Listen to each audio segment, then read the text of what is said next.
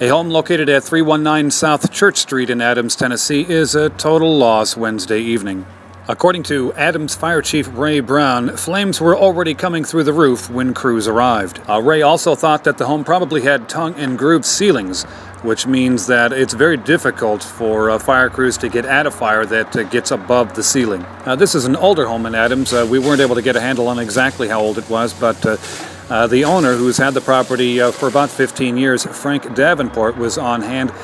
He was taking it all quite well. He did indicate that he had insurance on the home. This is a rental property for Frank. Here's a look at the property before the fire. As you can see, it was a nice-looking, well-kept home. Other than the Adams fire crews, Robertson County Rescue Squad also responded to the blaze, as well as EMS. The present tenant has been transitioning out of the property as they prepared for a new tenant.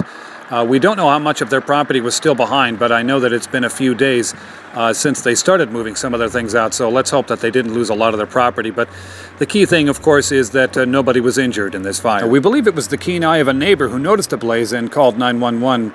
The fire broke out sometime before 10 p.m. Wednesday evening. The fire is, of course, still under investigation, but with an older home like this, it will be problematic getting down to an exact cause. When we arrived with our cameras, the house was already ablaze, and it stayed a fireball for what felt like about 45 minutes before finally it started to subdue to the dousing of water by fire crews. One of the things you wouldn't expect to be dealing with a gigantic fireball right in front of you was how incredibly cold it was Wednesday evening.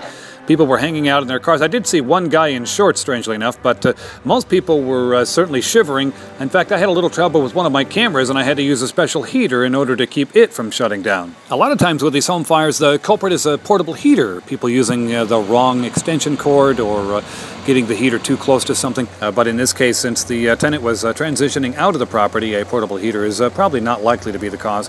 When the owner of the structure, Frank Davenport, first showed up, he seemed very shocked. He goes that he maintains his properties well, and he'll be very interested to see if investigators are able to put their finger on an exact cause of the blaze.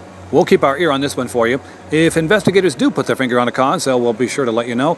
This has been Jim Ball reporting for Smoky Barn News in Adams, Tennessee. The Springfield Antique Barn, located at 700 Willow Street in downtown Springfield, has over 30,000 square feet of antiques and collectibles. More than the eye can take in a single day. So set a day aside and come out and consult with one of their many experts to help you find that precious gem you're looking for.